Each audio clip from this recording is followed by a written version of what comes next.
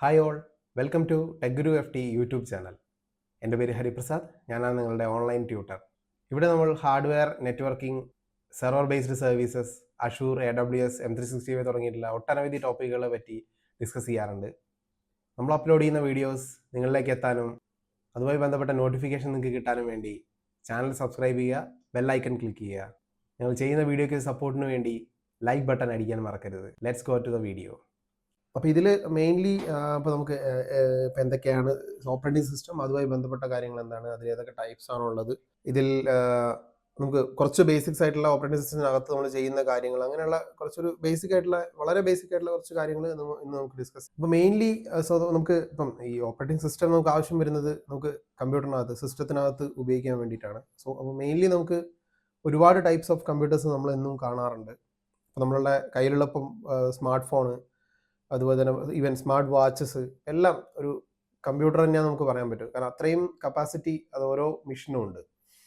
ഇതിൽ തന്നെ നമ്മൾ വളരെ കുറേ ടൈപ്സ് ഓഫ് കമ്പ്യൂട്ടേഴ്സ് ഇവിടെ ജസ്റ്റ് ലിസ്റ്റ് ചെയ്തിട്ടുണ്ട്.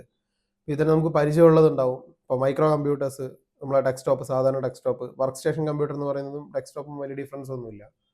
അതുപോലെ ലാപ്ടോപ്പ്, മെയിൻ ഫ്രെയിം കമ്പ്യൂട്ടർ എന്നൊക്കെ പറയുന്നത് ഈ ഡാറ്റാ സെൻറ്റേഴ്സിലൊക്കെ ഉള്ളതാണ്. അപ്പോൾ നമ്മൾ മെയിൻലി സിസ്റ്റംസ് ഒക്കെ സിസ്റ്റം റിസോഴ്സസ് നമുക്ക് റണ്ണിന് യൂസ് ചെയ്യാൻ പറ്റുന്ന ഒരുപാട് ഹോസ്റ്റഡ് സ്ഥലങ്ങളുണ്ട്. അവരാണ് ഡാറ്റാ സെൻറ്റേഴ്സ് എന്ന് പറയുക. സോ അങ്ങനെ ഡാറ്റാ സെൻറ്റേഴ്സിനകത്ത് വരുന്നതാണ് മെയിൻ ഫ്രെയിം കമ്പ്യൂട്ടേഴ്സ്. കുറച്ചുകൂടെ കപ്പാസിറ്റി കൂടുതലായിരിക്കും. വലിയ വലിയ കമ്പനീസ്, ഇപ്പോൾ ഫേസ്ബുക്ക്, വാട്സപ്പ് ഒക്കെ പോലുള്ള വലിയ വലിയ കമ്പനീസ് അവരുടെ സർവീസസ് ഒക്കെ ഹോസ്റ്റ് ചെയ്തിരിക്കുന്ന മെയിൻ ഫ്രെയിം കമ്പ്യൂട്ടേഴ്സിലാണ്. മിനി കമ്പ്യൂട്ടർ എന്ന് പറഞ്ഞു കഴിഞ്ഞാൽ ഇപ്പം നമ്മൾ യൂസ് ചെയ്യുന്ന സെർവർ കമ്പ്യൂട്ടറിൻ്റെ കുറച്ചൊരു ഓൾഡർ വേർഷനാണെന്ന് വിചാരിച്ചാൽ മതി. സാധാരണ സിസ്റ്റത്തിനേക്കാളും കുറച്ചുകൂടെ കപ്പാസിറ്റി ഉണ്ടാവും, എന്നാൽ ഒരുപാട് കൂടുതലും ആയിരിക്കില്ല. ഇൻ ബിറ്റ്വീനിൽ അന്ന് ഓഫീസ് ആവശ്യങ്ങൾക്കൊക്കെ ആയിട്ട് പണ്ട് റിലീസ് ചെയ്തിരുന്ന ഒരു പഴയ വേർഷൻ സിസ്റ്റമാണ് മിനി കമ്പ്യൂട്ടേഴ്സ്. പിന്നെ സൂപ്പർ കമ്പ്യൂട്ടേഴ്സ് എന്ന് പറയുമ്പോൾ വളരെ അഡ്വാൻസ്ഡ് ആയിട്ടുള്ള റിസർച്ചിനും കാര്യങ്ങൾക്കൊക്കെ ഉപയോഗിക്കുന്ന ക്വാണ്ടം ലെവൽ പ്രോസസ്സിംഗ് ഒക്കെ ചെയ്യാൻ പറ്റുന്ന കമ്പ്യൂട്ടേഴ്സാണ് സൂപ്പർ കമ്പ്യൂട്ടേഴ്സ്. അത്യാവശ്യം ഹൈ ലെവൽ കപ്പാസിറ്റി ആയിരിക്കും. സെർവർ കമ്പ്യൂട്ടർ എന്ന് പറഞ്ഞു കഴിഞ്ഞാൽ നമ്മൾ സാധാരണ സിസ്റ്റത്തിനെ 24/7 റൺ ചെയ്യാൻ അത്യാവശ്യം നല്ലൊരു പവറോട് കൂടി ബിൽഡ് ചെയ്ത് കഴിഞ്ഞാൽ പറയുന്ന സിസ്റ്റമാണ് സെർവർ കമ്പ്യൂട്ടേഴ്സ്. നമ്മളുടെ സിസ്റ്റംസ് ഒക്കെ യൂഷ്വലി ഇപ്പോൾ ലാപ്ടോപ്പ് ആയാലും ഡെസ്ക്ടോപ്പ് ആയാലും ഒരു 6 to 7 മാക്സിമം 8 hours റൺ ചെയ്യുന്ന രീതിയിൽ ഡിസൈൻ ചെയ്തിട്ടുള്ളതാണ്. നിങ്ങൾ ഡെയിലി ആ സിസ്റ്റത്തിനെ അതിൽ കൂടുതൽ റൺ ചെയ്ത് കഴിഞ്ഞാൽ ഓട്ടോമാറ്റിക്കായിട്ട് അതിൻ്റെ പെർഫോമൻസ് താഴോട്ട് പോകും, ഹാർഡ്വെയറിന് പല പ്രശ്നങ്ങൾ തുടങ്ങും. സോ ഇതിന് ഓരോന്നും ഓരോ രീതിയിൽ ഓരോ ആവശ്യങ്ങൾക്ക് വേണ്ടി ഡിസൈൻഡ് ആണ്. ഇപ്പോൾ ലാപ്ടോപ്പ് എന്ന് പറയുന്നത് വളരെ ലൈറ്റ് യൂസിനും വളരെ നമ്മൾ സൂക്ഷിച്ച് ഉപയോഗിക്കാനുള്ള സാധനമാണ്. നമ്മൾ ലാപ്ടോപ്പ് റഫായിട്ട് യൂസ് ചെയ്ത് കഴിഞ്ഞാൽ അത് വളരെ പെട്ടെന്ന് കേടാവും. അതേപോലെയാണ് ഡെസ്ക്ടോപ്പ് PC എന്ന് പറയുന്നത്. ഇപ്പോൾ ഒരു 7 to 8 hours റൺ ചെയ്യാനുള്ളതാണ്. അതിൽ കൂടുതൽ അത് റൺ ചെയ്യുന്ന സമയത്ത് പറ്റില്ല എന്നല്ല, പറ്റും, പക്ഷേ അതിൻ്റെ ഹാർഡ്വെയർസിലൊക്കെ പല പ്രശ്നങ്ങളും ഉണ്ടാവും. അപ്പോൾ ഓരോ മെഷീൻസും ഓരോ രീതിയിൽക്ക് വേണ്ടി ഡിസൈൻ ചെയ്തിട്ടുള്ളതാണ്. ഈവൻ നമ്മളിവിടെ കാണും ഈ ഒരു ഡിവൈസസ് ഒക്കെ മെഡിക്കൽ ഫീൽഡിലും അതുപോലെ തന്നെ റിസർച്ച് ഫീൽഡിലും ആവശ്യങ്ങൾക്ക് വേണ്ടി ഉപയോഗിക്കുന്ന സിസ്റ്റംസ് ആണ്. ഈവൻ അങ്ങനെയുള്ളത് പോലും നമുക്ക് കമ്പ്യൂട്ടേഴ്സിൻ്റെ കാറ്റഗറിയിലാണ് വരിക. എംബഡഡ് കമ്പ്യൂട്ടേഴ്സ് എന്ന് പറയുമ്പോൾ നമ്മളെ ഇപ്പോൾ കാറിനകത്ത്, അതുപോലെ തന്നെ മറ്റ് ഓട്ടോമൊബൈൽസിനകത്തും, അതുപോലെ പല കാര്യങ്ങൾ, ഇപ്പം TV, വാഷിംഗ് മെഷീനൊക്കെ അകത്തൊക്കെ ഇപ്പം എന്താണ് ചെറിയ ചെറിയ പ്രോസസ്സൊക്കെ ഓട്ടോമേറ്റഡ് ആയിട്ട് ചെയ്ത് ക്ലിയർ ചെയ്യാനുള്ള പല സിസ്റ്റംസ് ഇന്ന് അവൈലബിൾ ആണ്. അപ്പം അതൊക്കെ ശരിക്കും ഒരു കമ്പ്യൂട്ടറാണ്. അതിനൊക്കെ എംബഡഡ് കമ്പ്യൂട്ടേഴ്സ് എന്നാണ് പറയുക. ഓക്കെ, പിന്നെ എന്തൊക്കെയാണ് മെയിൻലി കമ്പ്യൂട്ടറിൻ്റെ ഭാഗങ്ങളുള്ളത് ഒക്കെ നമുക്ക് ഓൾറെഡി അറിയുന്ന കാര്യങ്ങളായിരിക്കും, ജസ്റ്റ് ഒന്ന് ഓടിച്ച് പറഞ്ഞു പോകുന്നതേ. മെയിനായിട്ട് വരുന്നൊരു ഭാഗമാണ് നമ്മളെല്ലാവരും കേട്ടുള്ള ഒരു ഓപ്ഷനാണ് CPU, സെൻട്രൽ പ്രോസസ്സിംഗ് യൂണിറ്റ് എന്ന് പറയുന്നത്. ഇവിടെ വെച്ചിട്ടാണ് എല്ലാ ഡാറ്റയും പ്രോസസ്സ് ചെയ്തിട്ട് നമുക്ക് കാണാൻ പറ്റുന്നത്. പിന്നെ ഈ CPU ഉൾക്കൊള്ളുന്ന മദർ ബോർഡ് എന്ന് പറഞ്ഞൊരു കമ്പ്യൂട്ടറിൻ്റെ മെയിൻ ബോർഡ് ഉണ്ടാവും. ബാക്കി എല്ലാ കമ്പോണൻസും ഇതിലേക്കാണ് കണക്ട് ചെയ്യുന്നത്. ഡയറക്ട്ലി ഓർ ഇൻഡയറക്ട്ലി ഈ ബോർഡിലേക്കാണ് നമ്മൾ എല്ലാ കമ്പോണൻസും കണക്ട് ചെയ്യുന്നത്. പിന്നെ പവർ സപ്ലൈക്ക് നമ്മൾ വേറൊരു പേരും പറയാറുണ്ട്, SMPS, switched mode power supply, SMPS. പിന്നെ അതുപോലെ റാൻഡം ആക്സസ് മെമ്മറി എന്നാണ് RAM. പിന്നെ അത് കൂടുതൽ നമ്മൾ കുറച്ച് കഴിഞ്ഞിട്ട് നമുക്ക് വേണമെങ്കിൽ ഡിസ്കസ് ചെയ്യാം. RAM എന്ന് പറഞ്ഞൊരു സ്റ്റോറേജ് യൂണിറ്റ് ആണ് RAM. ടെമ്പററി ആയിട്ട് നമ്മൾ വളരെ സ്പീഡിൽ ഡാറ്റ പ്രോസസ്സ് ചെയ്യാനും സ്റ്റോർ ചെയ്യാനും പറ്റുന്നൊരു ഒരു സ്റ്റോറേജ് ആണ് RAM എന്ന് പറയുന്നത്.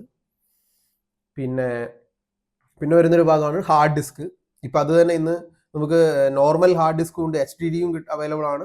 അതുപോലെ തന്നെ solid state drives, normal hard disk actually magnetic ടേപ്സിന്റെ ഹെൽപ്പോട് കൂടിയിട്ട് ക്രിയേറ്റ് ചെയ്തിട്ടുള്ളതാണ്. മാഗ്നറ്റിക് വേവിന്റെ ഫ്ലക്ച്വേഷൻ ഒക്കെ റെക്കോർഡ് ചെയ്തുകൊണ്ടാണ് അതിൽ ഡാറ്റ സ്റ്റോർ ചെയ്യുന്നത്.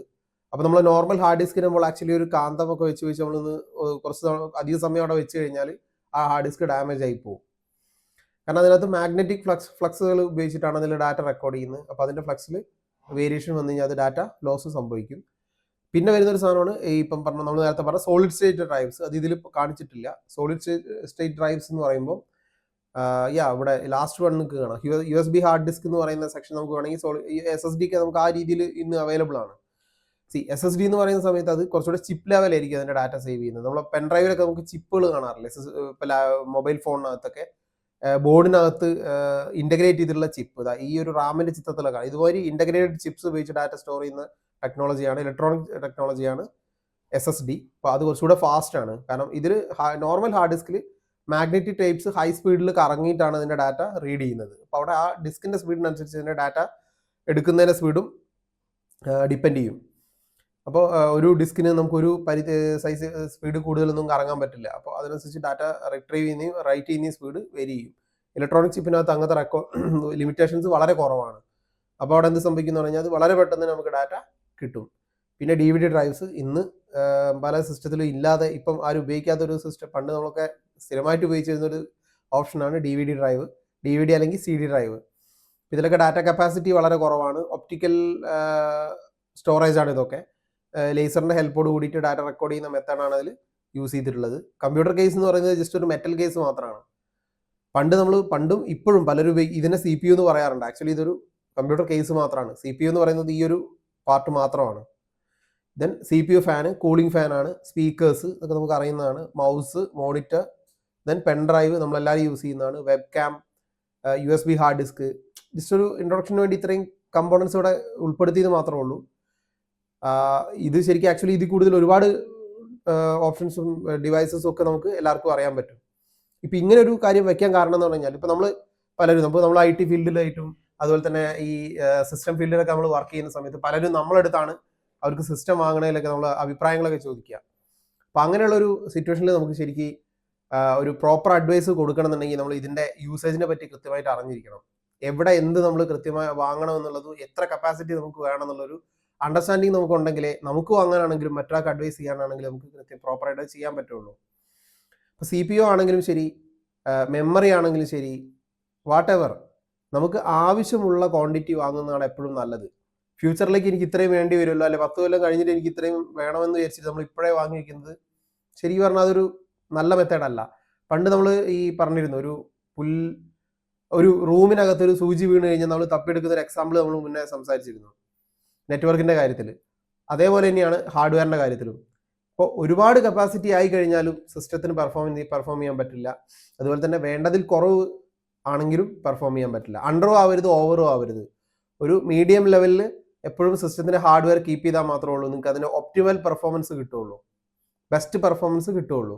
ഇപ്പോൾ CPU ആണെങ്കിൽ ഇപ്പോൾ നിങ്ങൾക്കൊരു നോർമൽ യൂസേജിനൊക്കെ ആണെങ്കിൽ നിങ്ങൾക്ക് i3 ഒക്കെ തന്നെ ധാരാളമാണ്. അതിൽ കൂടുതൽ ഒരിക്കലും ആവശ്യം വരില്ല. i3 ഞാനൊരു എക്സാമ്പിൾ പറഞ്ഞെന്നുള്ളൂ. AMD ആയാലും ഇപ്പം ഈ പ്രോസസ്സേഴ്സ് തന്നെ നിങ്ങൾക്ക് 2 കമ്പനിയുടെ അണ്ടറിൽ വാങ്ങാൻ പറ്റും. ഇൻ്റൽ പറ്റും, അല്ലെങ്കിൽ AMD പറ്റും. ഇൻ്റൽ ആയാലും AMD ആയാലും പ്രോസസ്സേഴ്സിൻ്റെ കപ്പാസിറ്റിയും അതിൻ്റെ പെർഫോമൻസും ഒക്കെ സെയിം ആണ്. ഞാൻ ഈ ക്ലാസ് എടുത്തുകൊണ്ടിരിക്കുന്ന എൻ്റെ ലാപ്ടോപ്പ് ആക്ച്വലി AMD ആണ്. ഞാനതൊരു കോവിഡ് ടൈമിൽ വാങ്ങിയതാണ്. ഇപ്പോൾ എനിക്കതൊരു 5 വർഷത്തിന് മുകളിലായി. ഇപ്പോഴും പെർഫോമൻസിന് ഒരു കുഴപ്പം വന്നിട്ടില്ല. AMDക്ക് over the time performance down ആവുന്നുള്ള പല കാര്യങ്ങളും ഞാൻ കേട്ടിട്ടുണ്ട്. അത് ആക്ച്വലി AMDയുടെ പ്രോബ്ലം അല്ല. നമ്മൾ അതിനെ ഏത് രീതിയിൽ ട്രീറ്റ് ചെയ്യുന്നു, ഏത് രീതിയിൽ ഉപയോഗിക്കുന്നു എന്നുള്ളതിനെ അനുസരിച്ചാണ് അതിൻ്റെ പെർഫോമൻസും കാര്യങ്ങളും ഒക്കെ വരുന്നത്. നമ്മൾ കുറച്ചും കൂടെ കെയർ ചെയ്ത് കൊണ്ടുനടക്കുകയാണെങ്കിൽ AMD ആയാലും ശരി അത് പെർഫോമൻസ് നല്ലോണം ചെയ്യും. ഇൻ്റൽ എന്ന് പറയുന്നത് കുറച്ചും കൂടെ ഒരു ജനറൽ പർപ്പസ് പ്രോസസ്സറാണ്. AMD എന്ന് പറയുമ്പോൾ കുറച്ചും കൂടെ ഒരു ഗ്രാഫിക്സ് ഇൻറ്റൻസീവ് ആണ്. ഗ്രാഫിക്സ് സപ്പോർട്ട് ചെയ്യാൻ വേണ്ടി ട്ടുള്ള രീതിയിൽ ഡിസൈൻ ചെയ്തിട്ടുള്ളതാണ്. അപ്പോൾ നിങ്ങൾക്ക് അതിൽ ഏത് രീതിയിൽ വേണമെങ്കിലും അതിന് ഏത് പ്രോസസ്സേഴ്സ് വേണമെങ്കിലും നിങ്ങൾക്ക് അതിന് ഉപയോഗിക്കാം, നോ പ്രോബ്ലം. ഈ AMD നിങ്ങൾക്ക് വേണമെങ്കിൽ ജനറൽ വീട്ടിലുള്ള ബ്രൗസിങ്ങിനും മറ്റ് വിൻഡോസ് വേർഡിൻ്റെയൊക്കെ ഉപയോഗത്തിനൊക്കെ നിങ്ങൾക്ക് വേണമെങ്കിൽ AMD യൂസ് ചെയ്യാം, നോ പ്രോബ്ലം. അപ്പോൾ നമ്മളതിനെ ഏത് രീതിയിൽ ഉപയോഗിക്കുന്നതനുസരിച്ചാണ് ഇതിൻ്റെ സ്പീഡും കാര്യങ്ങളും ഡിപ്പെൻഡ് ചെയ്യുന്നത്. പിന്നെ നമ്മളുടെ സിസ്റ്റം മോസ്റ്റ്ലി സ്പീഡ് കുറയ്ക്കുന്ന ഒരാൾ ഈ ഹാർഡ് ഡിസ്ക് ആണ്. Normal magnetic type hard disk ആണ് നിങ്ങളുടെ സിസ്റ്റത്തിലുള്ളതെങ്കിൽ സിസ്റ്റം നല്ലോണം സ്ലോ ആവും. ഇപ്പോൾ സ്ലോ ആവുന്നുണ്ടെങ്കിൽ നിങ്ങൾ എപ്പോഴും ശ്രദ്ധിക്കേണ്ടത് ടാസ്ക് ബാറിനകത്ത് ഇപ്പോൾ നമ്മളെ സിസ്റ്റത്തിനകത്ത് നിങ്ങൾക്ക് റൈറ്റ് ക്ലിക്ക് ചെയ്ത് എങ്ങനെ എടുക്കാമെന്നൊക്കെ ഞാൻ കാണിച്ചു തരാം. ഇതുപോലൊരു ഓപ്ഷൻ നമുക്ക് ഓപ്പൺ ചെയ്യാൻ പറ്റും. ഇതിനകത്ത് നിങ്ങൾക്ക് ചെക്ക് ചെയ്താൽ കാണാൻ പറ്റും. ഈ ഒരു രണ്ടാമത്തെ ടാബിൽ വന്നാൽ നിങ്ങൾക്ക് ഇവിടെ കാണാം CPU യൂട്ടിലൈസേഷൻ കാണാം, അതുപോലെ മെമ്മറി, ഡിസ്ക്. എപ്പോഴും ശ്രദ്ധിക്കുക, ഈ ഡിസ്കിന്റെ യൂട്ടിലൈസേഷൻ 100% അടിച്ച് കിടപ്പുണ്ടെങ്കിൽ, ഇതിപ്പോൾ 100 ഒന്നുമില്ല, വളരെ താഴെ കിടക്കുന്നത്, 100% അടിച്ച് കിടക്കുന്നുണ്ടെങ്കിൽ അത് മിക്കവാറും എന്തായിരിക്കും പറഞ്ഞാൽ ഹാർഡ് ഡിസ്ക് പഴയ ടൈപ്പ് ഹാർഡ് ഡിസ്ക് ആയതുകൊണ്ടായിരിക്കും. അപ്പോൾ നിങ്ങളെ സിസ്റ്റം സ്ലോ ആവുന്നുണ്ടെങ്കിൽ ഈ ഹാർഡ് ഡിസ്കിനെ മാറ്റിയിട്ട് SSD ഹാർഡ് ഡിസ്കിലേക്ക് ചേഞ്ച് ചെയ്ത് കഴിഞ്ഞാൽ നിങ്ങളുടെ സിസ്റ്റം ഡബിൾ പെർഫോമൻസ് അപ്പം തന്നെ നിങ്ങൾക്ക് കാണാൻ പറ്റും. അപ്പോൾ ഇങ്ങനെയുള്ള പല കാര്യങ്ങളും നമുക്ക് എന്താണ് ഈ ഹാർഡ്വെയറുമായിട്ട് ഡിപ്പെൻഡഡ് ആണ്. ഈവൻ നമുക്കിപ്പോൾ ഹാർഡ്വെയർ സർവീസോ ലെവലോ കാര്യങ്ങളോ ഇല്ലെങ്കിൽ പോലും ഇപ്പം നമ്മളൊരു കാര്യത്തിന് വേണ്ടി മുന്നോട്ട് പോകുന്ന സമയത്ത് ഏത് ലെവലിൽ നമുക്കതിനെ പർച്ചേസ് ചെയ്യണം എന്നുള്ളത് മനസ്സിലാക്കണമെങ്കിൽ ഈ ഒരു ഹാർഡ്വെയർ നോളജ് നമുക്ക് അത്യാവശ്യമാണ്. അപ്പോൾ പറഞ്ഞ പോലെ നമ്മൾ എപ്പോഴും സെലക്ട് ചെയ്യേണ്ടത് ആദ്യം നിങ്ങൾ CPU സെലക്ട് ചെയ്യണം. നിങ്ങൾക്ക് നിങ്ങളുടെ ആവശ്യത്തിനനുസരിച്ചുള്ള CPU, എനിക്ക് എത്രത്തോളം ലോഡ് വരും എന്നുള്ളതിനെ പറ്റി നമ്മളൊരു അണ്ടർസ്റ്റാൻഡിങ് എടുത്തിട്ട് ഒരു CPU നിങ്ങൾ ഫിക്സ് ചെയ്യുക. ആ CPUവിന് കോമ്പാക്റ്റബിൾ ആയിട്ടുള്ള ഒരു മദർ ബോർഡ്, ഒരു സാധാരണ ഡെസ്ക്ടോപ്പ് സിസ്റ്റമാണ് ബിൽഡ് ചെയ്യുന്നതെങ്കിൽ ഒരു മദർ ബോർഡ് നിങ്ങൾ ചൂസ് ചെയ്യണം. അല്ല ലാപ്ടോപ്പ് ആണെങ്കിൽ CPU സെലക്ട് ചെയ്തതിനു ശേഷം നേരെ റാമിലേക്ക് ജമ്പ് ചെയ്യാം. പിന്നെ നിങ്ങൾക്ക് ആവശ്യമുള്ളത് റാമാണ്. അപ്പോൾ എപ്പോഴും ശ്രദ്ധിക്കേണ്ട കാര്യം എന്ന് പറഞ്ഞാൽ ഇപ്പോൾ ഇൻ്റഗ്രേറ്റഡ് റാം വരുന്നുണ്ട്, അതുപോലെ തന്നെ ഇതുപോലെ കാർഡ് ഇൻസേർട്ട് ചെയ്യുന്ന രീതിയിലുള്ള റാം ഉണ്ട്. ലാപ്ടോപ്പിലൊക്കെ ആണെങ്കിൽ ഈ ഇപ്പോൾ റാം കാണിച്ചിരിക്കുന്ന സൈസിന്റെ പകുതി സൈസേ കാണുള്ളൂ റാമിന്. അപ്പം അങ്ങനെ പല രീതിയിലുള്ള റാമും ഇന്ന് അവൈലബിൾ ആണ്. അപ്പം ആദ്യം നമ്മൾ ഫിക്സ് ചെയ്യേണ്ടത് ഇനി നമുക്ക് എത്ര റാം വേണം, അതുപോലെ തന്നെ അഡീഷണൽ സ്ലോട്ട് വേറെ റാം എനിക്കിപ്പോൾ കൂട്ടണം എന്നുണ്ടെങ്കിൽ എനിക്ക് സ്ലോട്ടിൽ റാമിൽ വേറെ റാം വാങ്ങി ഇടാനുള്ള സ്ലോട്ട് ഉണ്ടോ എന്നുള്ള കാര്യം എപ്പോഴും ചെക്ക് ചെയ്യണം. പിന്നെ ഇപ്പോഴൊക്കെ എടുക്കുന്ന സമയത്ത് നിങ്ങൾ ആദ്യമേ തന്നെ എന്ത് ചെയ്യുക, OS ഡ്രൈവ് SSDയിലാണെന്നുള്ളത് കൺഫേം ചെയ്യുക. എപ്പോഴും അങ്ങനെയുള്ള സിസ്റ്റം മാത്രം എടുക്കുക. പെർഫോമൻസ് അല്ലെങ്കിൽ താഴെ പോകുന്നത് കുറച്ച് കഴിയുമ്പോഴേക്കും. അപ്പം അങ്ങനെ കുറച്ച് കാര്യങ്ങൾ നമുക്ക് ശ്രദ്ധിച്ച് കഴിഞ്ഞാൽ നമുക്ക് ഈസി ആയിട്ട് എന്ത് ചെയ്യാൻ പറ്റും എന്ന് പറഞ്ഞു കഴിഞ്ഞാൽ നമ്മളുടെ സിസ്റ്റം വളരെ പെർഫോമൻസ് ഉള്ളതാക്കി മാറ്റാൻ പറ്റും. കൂടുതൽ ഇതിനെപ്പറ്റി സംസാരിക്കുന്നില്ല, എന്തെങ്കിലും ഡൗട്ട് ഉണ്ടെങ്കിൽ നിങ്ങൾ ഗ്രൂപ്പിൽ ചോദിച്ചാൽ മതി, നമുക്കതിൽ അവിടെ കൂടുതൽ ഡിസ്കസ് ചെയ്യാം. ഓക്കെ, അപ്പോൾ നെക്സ്റ്റ് പാർട്ടിലേക്ക് പോവുകയാണെങ്കിൽ ഇവിടെ പിന്നെ നമ്മളിവിടെ സംസാരിക്കാത്തൊരു കമ്പോണൻ്റ് ആണ് കമ്പ്യൂട്ടറിനകത്തുള്ളത് സോഫ്റ്റ്വെയർ എന്ന് പറയുന്നത്. സോഫ്റ്റ്വെയർ എന്ന് പറയുമ്പോൾ അവിടെ 2 ടൈപ്പ് ഉണ്ട്, സിസ്റ്റം സോഫ്റ്റ്വെയറും ഉണ്ട്, ആപ്ലിക്കേഷൻ സോഫ്റ്റ്വെയറും ഉണ്ട്. സിസ്റ്റം സോഫ്റ്റ്വെയർ തന്നെ 2 ടൈപ്പ് ഉണ്ട്, ഓപ്പറേറ്റിംഗ് സിസ്റ്റം ഉണ്ട്, പിന്നെ language processor and device receiver എന്ന് പറഞ്ഞിട്ടുള്ള ഇന്റർപ്രറ്റർ, കമ്പൈലർ എന്നൊക്കെ പറഞ്ഞിട്ടുള്ള കുറച്ചുകൂടെ കോഡിംഗ് ലെവൽ ഓപ്ഷൻസ് ആണ്. അപ്പോൾ ഇതൊക്കെ ശരിക്കും ഒരു സിസ്റ്റം സോഫ്റ്റ്വെയറിന് എക്സാമ്പിൾ ആണ്. പിന്നെ ഇതുപോലെ തന്നെ നമ്മൾ പറയാത്തൊരു കാര്യം കൂടെ ഉണ്ട് ഇതിനകത്ത്, ഡ്രൈവേഴ്സ്, ഡിവൈസ് ഡ്രൈവേഴ്സും അതിൻ്റെ സിസ്റ്റം സോഫ്റ്റ്വെയറിൽ പെട്ടതാണ്. ഇതൊക്കെ നമ്മൾ എന്താണെന്നുള്ളത് സംസാരിക്കും. പിന്നെ ഇതിൽ ആപ്ലിക്കേഷൻ സോഫ്റ്റ്വെയർ എന്ന് പറയുമ്പോൾ ജനറൽ പർപ്പസ് ഉണ്ട്, MS വേർഡ്, ഫോട്ടോഷോപ്പ്, പിന്നെ നമ്മളുടെ ഇപ്പോൾ നമ്മൾ ഉപയോഗിക്കുന്ന എന്താ പറയുക ക്രോം, ഫയർഫോക്സ്, ഇതൊക്കെ ജനറലൈസ്ഡ് സോഫ്റ്റ്വെയർസ് ആണ്. എവിടെ ആർക്ക് വേണമെങ്കിലും വേൾഡ് വൈഡ് ആയിട്ട് ആർക്ക് വേണമെങ്കിലും അത് ആ ഒരേ പർപ്പസിന് വേണ്ടി മാത്രം ഉപയോഗിക്കുന്നതാണ്. കസ്റ്റം സോഫ്റ്റ്വെയർ എന്ന് പറയുന്ന സമയത്ത് ഫോർ എക്സാമ്പിൾ ഇത് തന്നെ പറഞ്ഞ റെയിൽവേ ടിക്കറ്റിംഗ് സിസ്റ്റം, അപ്പോൾ അത് ഇന്ത്യയിലുള്ള റെയിൽവേ ആപ്ലിക്കേഷൻ ഇന്ത്യക്കാർക്ക് മാത്രമേ അത് ഉപയോഗിക്കാൻ പറ്റൂ, US അത് ഉപയോഗിക്കാൻ പറ്റില്ല. ക്രോം ആണെങ്കിലും ഫയർഫോക്സ് ആണെങ്കിലും MS വേർഡ് ആണെങ്കിലും അത് വേൾഡ് വൈഡ് ആയിട്ട് യൂസ് ചെയ്യാം. അപ്പോൾ ചില കസ്റ്റം പർപ്പസിന് വേണ്ടി നമ്മൾ സ്പെസിഫിക്കലി ഡിസൈൻ ചെയ്യുന്ന സോഫ്റ്റ്വെയർസ് ആണ് കസ്റ്റമൈസ്ഡ് സോഫ്റ്റ്വെയർസ്. ഇപ്പോൾ വാട്സപ്പ് ഒക്കെ ശരിക്കും പറഞ്ഞാൽ ജനറൽ പർപ്പസ് ആണ്. വാട്സപ്പ്, ഫേസ്ബുക്ക്, ഇൻസ്റ്റാഗ്രാം ഒക്കെ ഇന്ത്യക്കകത്ത് ഇപ്പം ഞാൻ പറയാം, ഇപ്പോൾ എന്തെങ്കിലും ഒരു സ്പെസിഫിക് റീജിയൻ അല്ലെങ്കിൽ ഒരു സ്പെസിഫിക് ആവശ്യത്തിന് വേണ്ടി മാത്രമായിട്ട് ഡിസൈൻ ചെയ്യുന്ന ടൈപ്പാണ് കസ്റ്റമൈസ്ഡ് സോഫ്റ്റ്വെയർ, അല്ലെങ്കിൽ ഏതെങ്കിലും ഒരു കമ്പനിയുടെ ആവശ്യത്തിന് മാത്രം അങ്ങനെ വരുന്ന രീതിയിൽ. ഓപ്പറേറ്റിംഗ് സിസ്റ്റത്തിനെ പറ്റി നമ്മൾ കൂടുതൽ സംസാരിക്കും. ഇപ്പോൾ നമ്മൾ ഡ്രൈവർ സോഫ്റ്റ്വെയർ എന്ന് പറഞ്ഞു. ഇപ്പോൾ ഇവിടെ നമ്മൾ കുറേ ഡിവൈസസ് നമ്മൾ പരിചയപ്പെട്ടു. ഈ ഡിവൈസിനൊക്കെ ഓപ്പറേറ്റിംഗ് സിസ്റ്റമായിട്ട് കമ്മ്യൂണിക്കേറ്റ് ചെയ്ത് പ്രോപ്പറായിട്ട് വർക്ക് ചെയ്യണമെങ്കിൽ അതിൻ്റെ വർക്കിംഗ് രീതി മനസ്സിലാക്കുന്ന ഒരു സോഫ്റ്റ്വെയർ അതിനകത്ത് വേണം. ആ ഹാർഡ്വെയർ എങ്ങനെ ഫങ്ഷൻ ചെയ്യുന്നു, അതിന് ഏത് രീതിയിൽ ഡാറ്റ കൊടുത്താൽ ആ ഹാർഡ്വെയറിന് മനസ്സിലാവും, ആ കൊടുക്കുന്ന ഡാറ്റ എങ്ങനെ കൊടുക്കണം, എപ്പോൾ കൊടുക്കണം എന്നൊക്കെ കൃത്യമായിട്ട് ഇൻസ്ട്രക്ഷൻസ് ഉള്ള ഒരു സെറ്റ് ഓഫ് ഫയൽസ് ആണ് ഈ ഡ്രൈവേഴ്സ് എന്ന് പറയുന്നത്. ഓരോ ഹാർഡ്വെയറിനും ഓരോ ഡ്രൈവർ ആയിരിക്കും. നിങ്ങളെ CPU ഡ്രൈവർ ആയിരിക്കില്ല, ചിലപ്പോൾ മദർ ബോർഡിന്റെ വേറെ ബാക്കിയിട്ടുണ്ടാവുക, ഹാർഡ് ഡിസ്കിന്റെ ഡ്രൈവർ ആയിരിക്കില്ല പെൻ ഡ്രൈവിനുണ്ടാവുക, സ്പീക്കറിന്റെ ഡ്രൈവർ ആയിരിക്കില്ല മോണിറ്ററിനുണ്ടാവുക. അങ്ങനെ ഓരോ കാര്യത്തിനും ഓരോ ഡ്രൈവേഴ്സ് ആവശ്യമാണ്. അപ്പോൾ ഈ ഹാർഡ്വെയറുമായി കമ്പൈൻ ചെയ്ത് ഓപ്പറേറ്റിംഗ് സിസ്റ്റത്തിൽ വർക്ക് ചെയ്യാൻ വേണ്ട ഒരു സെറ്റ് ഓഫ് സോഫ്റ്റ്വെയർസ് ആണ് ഡ്രൈവേഴ്സ് എന്ന് മനസ്സിലാക്കുക. ഓക്കെ, പിന്നെ എന്താണ് ശരിക്കും ഓപ്പറേറ്റിംഗ് സിസ്റ്റത്തിന്റെ ഫംഗ്ഷൻ എന്ന് പറയുന്നത്?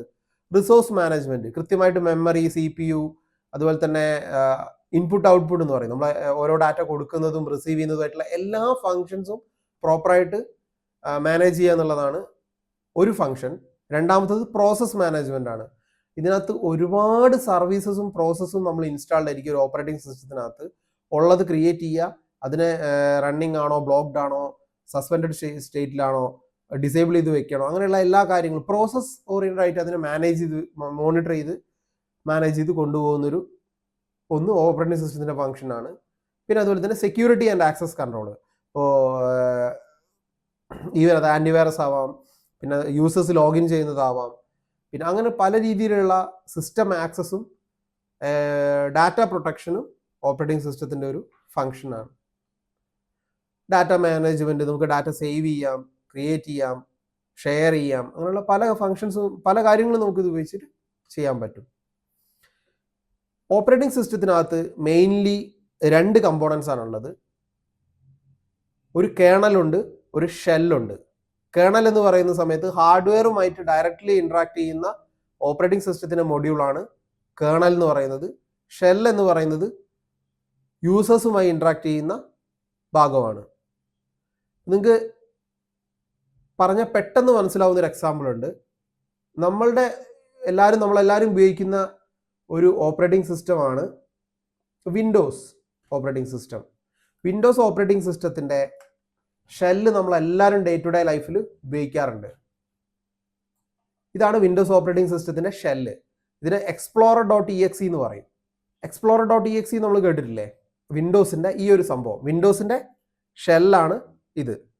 ഇത് നമുക്കിവിടെ ടാസ്ക് മാനേജർ എടുത്തു കഴിഞ്ഞാൽ ഇത് കാണാൻ പറ്റും. വിൻഡോസ് എക്സ്പ്ലോറർ എന്നുണ്ട് നമുക്ക് ഇവിടെ കാണാൻ പറ്റും. ഇതിൽ തന്നെ നമ്മൾ റൈറ്റ് ക്ലിക്ക് ചെയ്തിട്ട് പ്രോസസ്സസിലേക്ക് മൂവ് ചെയ്ത് കഴിഞ്ഞാൽ ഇവിടെ നിങ്ങൾക്ക് കാണാം explorer.exe. ഇത് വിൻഡോസ് ഓപ്പറേറ്റിംഗ് സിസ്റ്റത്തിന്റെ ഷെല്ലാണ്. ഇത് ഞാൻ എൻഡ് ചെയ്ത് കഴിഞ്ഞാൽ എന്ത് സംഭവിക്കും? ഇവിടെ എൻഡ് ചെയ്ത് കഴിഞ്ഞാൽ എനിക്ക് പിന്നെ സിസ്റ്റമായിട്ട് ഓപ്പറേറ്റ് ചെയ്യാൻ പറ്റില്ല. ഇവിടെയുള്ള എൻ്റെ ടാസ്ക് ബാർ ഒക്കെ ഓട്ടോമാറ്റിക്കായിട്ട് പോയി. ഇനി എനിക്ക് സിസ്റ്റമായിട്ട് ഇന്ററാക്ട് ചെയ്യാൻ പറ്റില്ല. അതായത് ഇതാണ് ആക്ച്വലി വിൻഡോസ് സിസ്റ്റത്തിന്റെ ഷെൽ എന്ന് പറയുന്നത്. ഇനി ഇതെനിക്ക് തിരിച്ചു വേണമെന്നുണ്ടെങ്കിൽ ഇവിടെ ഒരു ഓപ്ഷൻ ഉണ്ടായിരുന്നല്ലോ, കൊണ്ടുവരാൻ പറ്റും. റൺ ന്യൂ ടാസ്ക് കൊടുക്കുക, അവിടെ എക്സ്പ്ലോറർ എന്ന് ടൈപ്പ് ചെയ്താൽ മതി. എൻ്റർ അടിച്ചു കഴിഞ്ഞാൽ അവസാനം ഓട്ടോമാറ്റിക്കായിട്ട് ഓണായി വരും. കുറച്ച് സമയം വെയിറ്റ് ചെയ്താൽ മതി. ഇപ്പം എൻ്റെ ടാസ്ക് ബാർ വീണ്ടും വന്നു. അപ്പോൾ വിൻഡോസ് ഓപ്പറേറ്റിംഗ് സിസ്റ്റത്തിന്റെ ഷെല്ലാണ് ഈ പറഞ്ഞ explorer.exe. കേണൽ എന്താണെന്ന് അവർ പുറത്തു വിട്ടിട്ടില്ല. അവരുടെ സോഴ്സ്, അവരുടെ ആ ഓപ്പറേറ്റിംഗ് സിസ്റ്റം ബിൽഡ് ചെയ്യുന്ന സോഴ്സ് ഹിഡൻ ആണ്, ആർക്കും അറിയില്ല. അവരത് പബ്ലിഷ് ചെയ്തിട്ടില്ല. സോ നമുക്ക് എല്ലാവർക്കും അറിയുന്ന ഒരു കേണലുണ്ട്, ലിനക്സ്. ലൈനസ് ടോൾവാർഡ്സ് എന്ന് പറയുന്ന ഒരു ഗവേഷകനായിട്ടുള്ള വിദ്യാർത്ഥി അവരുടെ പ്രൊജക്റ്റായിട്ട് ക്രിയേറ്റ് ചെയ്തിട്ടുള്ള ഒരു കേണലാണ് ആക്ച്വലി ലിനക്സ്. ലിനക്സ് ഒരു ഓപ്പറേറ്റിംഗ് സിസ്റ്റം അല്ല. ഓപ്പറേറ്റിംഗ് സിസ്റ്റം ആണെന്ന് മുഴുവനായിട്ട് പറയാൻ പറ്റില്ല, കാരണം ഓപ്പറേറ്റിംഗ് സിസ്റ്റത്തിന്റെ ഒരു പാർട്ട് മാത്രമേ ഉള്ളൂ. ലിനക്സ് എന്ന് പറയുന്നത് ഒരു കേണലാണ്. ഹാർഡ്വെയറുമായി ഇന്ററാക്ട് ചെയ്യാനുള്ള ഭാഗമാണ് ലിനക്സ്. അതിൽ ഉബുണ്ടു എന്ന് പറയുന്ന കമ്പനി ഡിസൈൻ ചെയ്ത് ഒരു ഷെല്ല് ഡിസൈൻ ചെയ്തിട്ട് ഉണ്ടാക്കിയ ഓപ്പറേറ്റിംഗ് സിസ്റ്റമാണ് ഉബുണ്ടു. ലിനക്സിന് മുകളിൽ വർക്ക് ചെയ്യുന്നതാണ്. അതുപോലെ തന്നെ ആൻഡ്രോയിഡ്, അതിൻ്റെ കേണൽ ലിനക്സ് ആണ്. അതിൻ്റെ ഷെല്ലാണ് നമ്മൾ കാണുന്ന ഇന്റർഫേസ്. അതുപോലെ തന്നെ ഇപ്പോൾ RHEL, red hat enterprise Linux, അത് ഒരു റെഡ് ഹാറ്റ് എന്റർപ്രൈസ് ലിനക്സ് എന്ന് പറയുന്ന ആ ഒരു ഭാഗം ആക്ച്വലി റെഡ് ഹാറ്റ് എന്ന് പറയുന്ന കമ്പനി ഡിസൈൻ ചെയ്തിരിക്കുന്ന ഷെല്ലാണ്. അതിൻ്റെ കേണൽ സ്റ്റിൽ ലിനക്സ് ആണ്. സോ ലിനക്സ് എന്ന് പറയുന്നത് ഒരു കേണലാണ്, ഹാർഡ്വെയറുമായി ഇന്ററാക്ട് ചെയ്യുന്ന ഭാഗമാണ്. ഷെൽ എന്ന് പറയുന്നത് യൂസറുമായിട്ട് ഇന്ററാക്ട് ചെയ്യുന്ന ഭാഗമാണ്. ഓക്കെ, ഇപ്പോൾ ഇവിടെ നമ്മൾ ടെർമിനൽ എന്ന് പറഞ്ഞു, അതെന്താണെന്നുള്ളത് നമുക്ക് നെക്സ്റ്റ് സ്ലൈഡിൽ ഡിസ്കസ് ചെയ്യാം. ഇനി നമുക്ക് യൂസർ ഇന്റർഫേസസ് എന്തൊക്കെയാണ്? നമുക്ക് എല്ലാവർക്കും നമ്മൾ വിൻഡോസ് സ്റ്റാർട്ട് ചെയ്യുന്ന സമയത്ത് നമ്മൾ ലോഗിൻ ചെയ്യുന്നു, ഇത്തരത്തിൽ നമ്മൾ യൂസ് ചെയ്യുന്ന ഒരു ഓപ്ഷൻ നമുക്ക് കിട്ടാറുണ്ട്. അതിനെ GUI എന്ന് പറയും, ഗ്രാഫിക്കൽ യൂസർ ഇന്റർഫേസ്. നിങ്ങൾ ലോഗിൻ ചെയ്യുന്ന സമയത്ത് നിങ്ങൾക്ക് നിങ്ങളുടെ ഡാറ്റ എക്സിക്യൂഷനൊക്കെ വേണ്ടിയിട്ട് കുറച്ചുകൂടെ ഗ്രാഫിക്കലി യൂസ് ചെയ്യാൻ പറ്റുന്ന ഒരു വിഷ്വൽ ഇന്ററാക്ഷൻ പ്ലാറ്റ്ഫോം, അത്രേ ഉള്ളൂ GUI. CLI എന്ന് പറയുന്ന സമയത്ത് അത് കുറച്ചുകൂടെ കമാൻഡ് ബേസ്ഡ് ആയിരിക്കും, ടെക്സ്റ്റ് ബേസ്ഡ് ഇൻപുട്ട് മെത്തേഡ് ആയിരിക്കും, കുറച്ചുകൂടെ അഡ്വാൻസ് യൂസേഴ്സിനെ ഫോക്കസ് ചെയ്ത് ചെയ്യുന്നതാണ്. ലിനക്സ് പണ്ട് കാലങ്ങളിലൊക്കെ CLI മാത്രമായിട്ടായിരുന്നു വന്നുകൊണ്ടിരുന്നത്. ഇപ്പം കുറച്ചും കൂടെ വിൻഡോസുമായി കോമ്പറ്റ് ചെയ്യാൻ വേണ്ടിയിട്ട് അവരെന്ത് ചെയ്തിട്ടുണ്ടെന്ന് പറഞ്ഞാൽ കമ്പീറ്റ് ചെയ്യാൻ വേണ്ടിയിട്ട് അവർ GUI ഇറക്കിയിട്ടുണ്ട്. ഒരുപാട് പേര് അത് യൂസ് ചെയ്യുന്നുണ്ട്. CLI കുറച്ചുകൂടെ കൺട്രോൾ തരുന്നുണ്ടെങ്കിൽ GUI നിങ്ങൾക്ക് കുറച്ചുകൂടെ ഈസ് ഓഫ് യൂസ്, കുറച്ചുകൂടെ ഉപയോഗിക്കാൻ എളുപ്പമായിരിക്കും. പക്ഷേ എപ്പോഴും നിങ്ങൾ ശ്രദ്ധിക്കുക, GUIക്ക് സ്റ്റെബിലിറ്റി കുറവാണ്. ഒരു ഓപ്പറേറ്റിംഗ് സിസ്റ്റത്തും വിത്ത് GUI ആണെങ്കിൽ ആ സിസ്റ്റം ക്രാഷ് ആവാനുള്ള ചാൻസസ് കൂടുതലാണ്. നിങ്ങൾ എല്ലാ സ്ഥലത്തും ശ്രദ്ധിച്ചു നോക്കൊണ്ടു, മെയിൻ ആപ്ലിക്കേഷൻസ്, ഡാറ്റാബേസസ് എല്ലാം അധികം ആളുകളും ലിനക്സ് ബേസ്ഡ് CLI പ്ലാറ്റ്ഫോമിലാണ് ഹോസ്റ്റ് ചെയ്യുക. അതിനുള്ള ഗുണം എന്താന്ന് പറഞ്ഞു കഴിഞ്ഞാൽ അതിൽ GUI ഇല്ലാത്തത് കൊണ്ട് അത് ക്രാഷ് ആവാനുള്ള ചാൻസസ് കുറവാണ്. വർഷങ്ങളായിട്ട് റീസ്റ്റാർട്ട് ചെയ്യാത്ത സെർവേഴ്സൊക്കെ ഇന്നും പല കമ്പനികൾക്കും ഉണ്ട്. അതിനുള്ള കാരണം ഇതാണ്. ലിനക്സിനകത്ത് നമ്മൾ ഹോസ്റ്റ് ചെയ്യുന്ന സമയത്ത് ഇടയ്ക്കിടയ്ക്ക് നമ്മൾ റീസ്റ്റാർട്ട് ചെയ്ത് കൊടുക്കേണ്ട ആവശ്യമില്ല. കാരണം അതിൻ്റെ CLI മോഡ് ആയതുകൊണ്ട് വളരെ സ്റ്റേബിൾ ആണത്. വൺസ് നമ്മൾ റൺ ചെയ്ത് ഒരു സെർവർ ഇൻസ്റ്റാൾ ചെയ്ത് ക്രിയേറ്റ് ചെയ്ത് റൺ ചെയ്ത് കഴിഞ്ഞാൽ അത് ഹൈലി സ്റ്റേബിൾ ആണ്. ഒരു വിധത്തിലൊന്നും നമുക്ക് അതിന് ഒരു മോഡിഫിക്കേഷനും പിന്നെ വരുത്തേണ്ട വരാറില്ല. അപ്പോൾ കുറച്ചുകൂടെ നമ്മൾ പഠിച്ച് കാര്യങ്ങൾ മുന്നോട്ട് പോകുന്ന സമയത്ത് CLI ഒക്കെ നിങ്ങൾ യൂസ് ചെയ്ത് കഴിഞ്ഞാൽ നിങ്ങൾക്കും CLI വളരെ ഇഷ്ടപ്പെടും. ഞാൻ ആക്ച്വലി ഒരു CLI ഫാനാണ്. കാരണം നമുക്ക് കുറച്ചുകൂടെ കൺട്രോൾ കിട്ടും, മാനേജ് ചെയ്യാൻ എളുപ്പമാണ്. GUI പോലെ നമുക്ക് കോംപ്ലിക്കേഷൻ ഒന്നുമില്ല. കമാൻഡ് അടിച്ച് കാര്യം ക്ലിയർ ആയിട്ട് വർക്ക് ചെയ്യും. അവിടെ പിന്നെ വേറൊരു ഡൗട്ടോ കാര്യങ്ങളോ വരേണ്ട ആവശ്യമില്ല, അത് ഫങ്ഷൻ ചെയ്തിരിക്കും. അതേ ഒരു ഉറപ്പ് നമുക്ക് GUIയിൽ പറയാൻ പറ്റില്ല. ചിലപ്പോൾ വർക്ക് ചെയ്യാം, ചിലപ്പോൾ വർക്ക് ചെയ്യാതിരിക്കാം. ആ ഒരു ഡൗട്ട് എപ്പോഴും അവിടെ കിടക്കും. കാരണം അത്ര സ്റ്റേബിൾ അല്ല. പിന്നെ നമ്മൾ നേരത്തെ ഡിസ്കസ് ചെയ്തു, ഇപ്പം ഓപ്പറേറ്റിംഗ് സിസ്റ്റംസ് നമുക്ക് എല്ലാവർക്കും അറിയാം, വിൻഡോസ് നമ്മളെല്ലാവരും ഉപയോഗിക്കുന്നുണ്ട്. അതിനുള്ള മെയിൻ കാരണം അതിൻ്റെ GUI തന്നെയാണ്. വളരെ യൂസർ ഫ്രണ്ട്ലി ആണ്. വന്ന് ഇപ്പോൾ നമുക്ക് ഓപ്പറേറ്റിംഗ് സിസ്റ്റം തീരെ അറിയാത്ത ഒരാൾക്ക് വരെ ഇൻസ്റ്റാൾ ചെയ്യാൻ പറ്റുന്ന കണ്ടീഷനിലേക്ക് അവർ ആക്കിയിട്ടുണ്ട്. കാരണം അത് മാർക്കറ്റ് പിടിക്കുക എന്നുള്ളതിനാണ് അതിൻ്റെ മെയിൻ ഒബ്ജക്റ്റീവ്. പിന്നെ macOS, ആപ്പിളിൻ്റെ പ്രൊപ്രൈറ്ററി OS ആണ്. യുണിക്സ് ബേസ്ഡ് ആണ് macOS. പിന്നെ യുണിക്സ് എന്ന് പറയുന്നത് ലിനക്സിൻ്റെ കുറച്ചുകൂടെ ഒരു അഡ്വാൻസ്ഡ് മുന്നേ ഉള്ള ആളാണ്, പ്രൊഡ്യൂസറാണ്, ഇപ്പോഴും ഫീൽഡിലുള്ള ആളാണ്. ലിനക്സ് വളരെ പോപ്പുലർ ആവാൻ കാരണം യുണിക്സിൻ്റെ അത്ര കോംപ്ലക്സ് അല്ല ലിനക്സ്. യുണിക്സും ലിനക്സും ശരി, ആക്ച്വലി ലൈനസ് ടോൾവാർഡ്സ് യുണിക്സിൽ നിന്നും ഡിസൈൻ ചെയ്തെടുത്തിട്ടുള്ളതാണ്. അതിന്ന് ഡിസൈൻ ചെയ്തെടുത്തിട്ടുള്ള ഒരു ഓപ്പറേറ്റിംഗ് സിസ്റ്റമാണ് ലിനക്സ്. ലൈനസ് ടോൾവാർഡ്സും യുണിക്സും കൂടെ മിക്സ് ചെയ്താണ് അവർ ലിനക്സ് എന്ന് പേര് തന്നെ വെച്ചത്. ലിനക്സ് ആൻഡ് ആൻഡ്രോയിഡ് ഒരുമിച്ച് പറയാം, കാരണം അതിൻ്റെ ആൻഡ്രോയിഡ് എന്ന് പറയുന്നത് ലിനക്സ് ബേസ്ഡ് ഓപ്പറേറ്റിംഗ് സിസ്റ്റം തന്നെയാണ്. ഗൂഗിൾ ഡെവലപ്പ് ചെയ്തിട്ടുള്ള ഒരു ഓപ്പറേറ്റിംഗ് സിസ്റ്റമാണ് ആൻഡ്രോയിഡ്, അറിയാലോ. ദെൻ യുണിക്സിനകത്ത് തന്നെ സൊളാരിസിസ് ഒക്കെ നിങ്ങൾ കേട്ടിട്ടുണ്ടാവും. സൊളാരിസിസ്, BSD, free BSD, open BSD ഒക്കെ യുണിക്സ് ബേസ്ഡ് ഓപ്പറേറ്റിംഗ് സിസ്റ്റംസ് ആണ്. ഇനി നമുക്ക് ഓപ്പറേറ്റിംഗ് സിസ്റ്റത്തിനകത്ത് മെയിൻലി 2 ടൈപ്പ് ഓഫ് OS ആണുള്ളത്. സെർവർ ബേസ്ഡ് OSഉം ക്ലയൻറ്റ് ബേസ്ഡ് OSഉം. നമ്മളെല്ലാവരും കണ്ടിട്ടുള്ള Windows 10, Windows 11, Windows 7, XP, Vista, Windows 7, അതുപോലെ തന്നെ വിൻഡോസ് 8, 8.1, 10, 11, ഇതെല്ലാം ക്ലയൻറ്റ് ബേസ്ഡ് ഓപ്പറേറ്റിംഗ് സിസ്റ്റമാണ്. ഇതിൻ്റെ യൂസ് എന്ന് പറയുന്നത് നോർമലി നമുക്ക് ആവശ്യമുള്ള ജനറലി ഡേ ടു ഡേ കാര്യങ്ങൾ എക്സിക്യൂട്ട് ചെയ്യുക എന്നുള്ളതാണ് ഇതിൻ്റെ ഒരു മെയിൻ പെർസ്പെക്റ്റീവ്. പിന്നെ സെർവർ എന്ന് പറയുന്ന സമയത്ത് മറ്റ് സിസ്റ്റങ്ങളെ കൺട്രോൾ ചെയ്യുക എന്നുള്ളതാണ് സെർവറിൻ്റെ ഫങ്ഷൻ. അപ്പോൾ ഇത് തന്നെ നമ്മൾ ആ യൂസേജ് ഈ സ്ലൈഡിൽ തന്നെ എക്സ്പ്ലെയിൻ ചെയ്തിട്ടുണ്ട്. Obtain various services from given server. ഏതെങ്കിലും ഒരു സെർവറിന് അണ്ടറിൽ വർക്ക് ചെയ്യുക, ആവശ്യമുള്ള സർവീസസ് റൺ ചെയ്യുക, ലെസ് സെക്യൂർ ആണ്. വലിയ ഹാർഡ്വെയർ കപ്പാസിറ്റിയോ കാര്യങ്ങളോ ഒന്നും ആവശ്യമില്ല. പിന്നെ കുറച്ചുകൂടെ പ്രോസസ്സിംഗ് കപ്പാസിറ്റി കുറച്ചുകൂടെ ആവശ്യമാണ്. കാരണം അതിന് കുറച്ചും കൂടെ ഗ്രാഫിക്കലി ഇൻറ്റൻസീവ് ആയിരിക്കും എപ്പോഴും ക്ലയൻറ്റ് സിസ്റ്റംസ്. കാരണം അവിടെ നമ്മൾ ഡേ ടു ഡേ എല്ലാ ആക്ടിവിറ്റീസിനും അത് ഉപയോഗിക്കും. ജനറൽ പർപ്പസ് ആയിട്ട് നമ്മൾ ഉപയോഗിക്കുന്ന ഒരു സാധനമാണ് ക്ലയൻറ്റ് OS. ഗ്രാഫിക്സ് വരാം, ഡാറ്റ വരാം, ഓഫീസ് യൂസ് വരാം, ജനറൽ നെറ്റ് ബ്രൗസിങ്ങോ, അങ്ങനെ പല കാര്യങ്ങളും വരാം. അപ്പോൾ ഇത് മെയിൻലി ടാർഗറ്റ് ചെയ്തിരിക്കുന്നത് എപ്പോഴും ഇൻഡിവിജ്വൽ യൂസേഴ്സിനെയാണ്. ഒരു സിംഗിൾ യൂസറിന് വേണ്ടിയിട്ടാണ് ഒരു സിസ്റ്റം എപ്പോഴും ഡിസൈൻ ചെയ്തിരിക്കുന്നത്. ഒരുപാട് സമയത്തേക്കല്ല, ഒരുപാട് ആളുകളെ ഫോക്കസ് ചെയ്തിട്ടുമല്ല. അപ്പോൾ ആ ഒരു രീതിയിലുള്ള സ്പെക്കും കോൺഫിഗറേഷൻസും ആയിരിക്കും ആ സിസ്റ്റത്തിനകത്ത് ഉണ്ടാവുക. സെർവർ എന്ന് പറയുന്ന സമയത്ത് മൾട്ടിപ്പിൾ നമ്പർ ഓഫ് കമ്പ്യൂട്ടേഴ്സിനെ കൺട്രോൾ ചെയ്യുക, സർവീസസ് അതിലേക്ക് പ്രൊവൈഡ് ചെയ്യുക, പിന്നെ ആ രീതിയിലുള്ള ഡിസൈൻ ചെയ്തിരിക്കുന്ന സിസ്റ്റംസ് ആണ്. കുറച്ചും കൂടെ പവർ ആൻഡ് കപ്പാസിറ്റി കൂടുതൽ വേണ്ടി വരും. കുറച്ചും കൂടെ ബെറ്റർ ഹാർഡ്വെയർ സെർവർ സൈഡിൽ വേണം. കാരണം ഇത് 24/7 365 ഡേയ്സ് അത് മൊത്തത്തിൽ ഒരു ഇയർ ഫുള്ളായിട്ട് റൺ ചെയ്യുന്ന രീതിയിലൊക്കെ ഡിസൈൻ ചെയ്യുന്ന സിസ്റ്റംസ് ആണ് സെർവേഴ്സ്. മോസ്റ്റ്ലി ഹാർഡ്വെയർ സെർവേഴ്സ് തീരെ ഓഫ് ചെയ്യാത്ത കമ്പനീസ് ഒക്കെ ഉണ്ട്.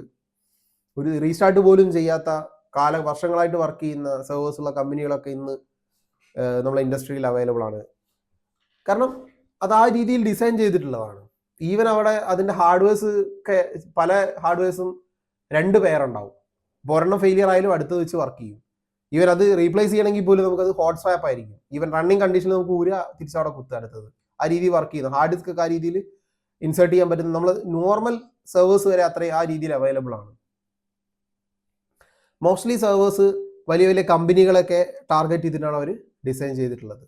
നോർമൽ യൂസേഴ്സിന് അത് അത്ര എടുക്കാറില്ല, കൺസിഡർ ചെയ്യാറില്ല ആ ഒരു കാര്യം ഡിസൈൻ ചെയ്യുന്ന സമയത്ത്. പിന്നെ നമുക്ക് സെർവർ OSനകത്ത് തന്നെ ലിനക്സ് ഉപയോഗിക്കണോ വിൻഡോസ് ഉപയോഗിക്കണോ എന്നുള്ളതൊരു വലിയ ക്വസ്റ്റ്യൻ ആണ്. കാരണം Windows server operating system available ആണ്, ലിനക്സിനകത്തും സെർവർ ഓപ്പറേറ്റിംഗ് സിസ്റ്റം അവൈലബിൾ ആണ്. ഉബുണ്ടു നമ്മളെല്ലാവർക്കും അറിയുന്ന OS ആണ്. ഉബുണ്ടുവിനകത്ത് തന്നെ ഡെസ്ക്ടോപ്പും സെർവർ ഓപ്പറേറ്റിംഗ് സിസ്റ്റവും അവൈലബിൾ ആണ്. നിങ്ങൾ എപ്പോഴെങ്കിലും അത് ചെക്ക് ചെയ്തിട്ടുണ്ടോ?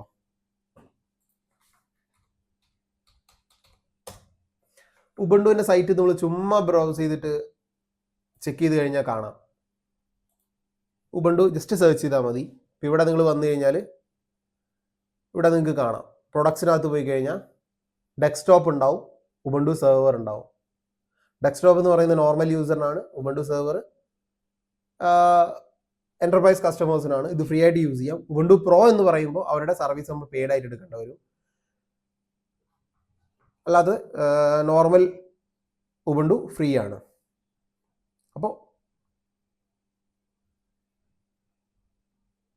വിൻഡോസ് എല്ലാവരും ഉപയോഗിക്കാനുള്ള കാരണം ഞാൻ നേരത്തെ പറഞ്ഞു, ഈസ് ഓഫ് യൂസ് ആണ്.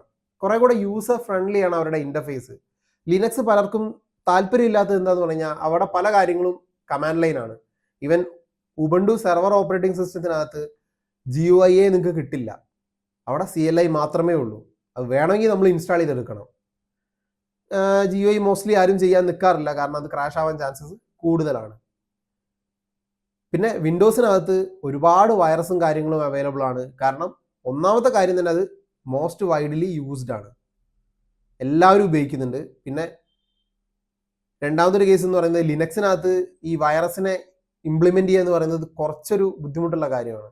അത് നമ്മൾ ഇനി ഒരു ക്ലാസ് നമുക്ക് വൈറസിന്റെ ക്ലാസ് വെക്കുന്നുണ്ട്, ആ സമയത്ത് ഡിസ്കസ് ചെയ്യാം. സോ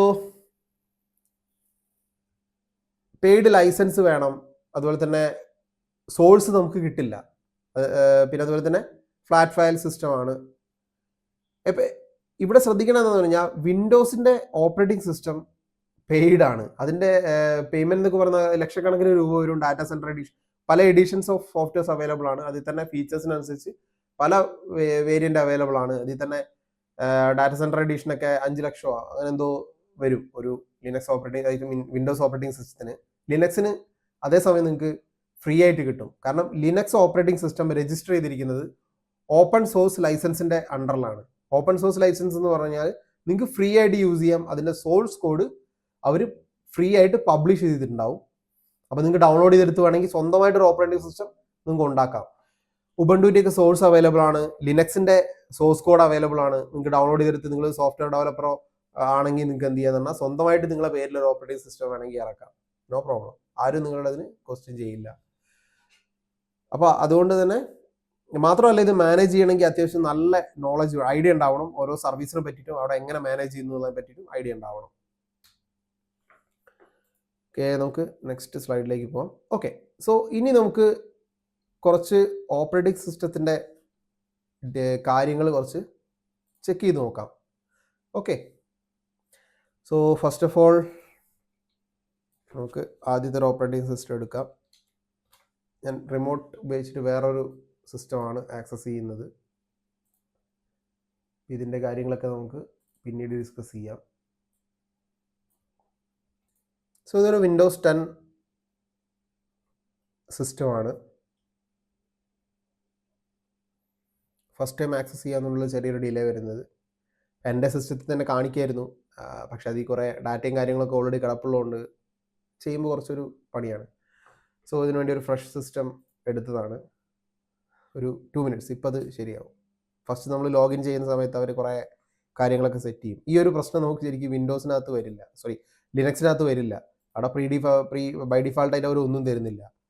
ഇവിടെ ഇവരെ ഷെല്ലും കാര്യങ്ങളൊക്കെ കിടക്കുന്നതുകൊണ്ട് ആണ് ഈ ഒരു ഡിലേ വരുന്നത്.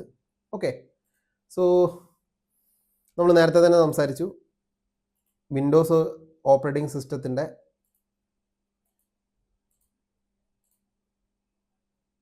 ഈ ഒരു സാധനം ലിറ്റിൽ അനോയിങ് ആണ്. കാരണം നമ്മൾ ചുമ്മാ ഇല്ലെങ്കിൽ കൂടെ നമ്മൾ ആവശ്യപ്പെട്ടില്ലെങ്കിൽ അവരത് തള്ളിക്കൊണ്ടിരിക്കും.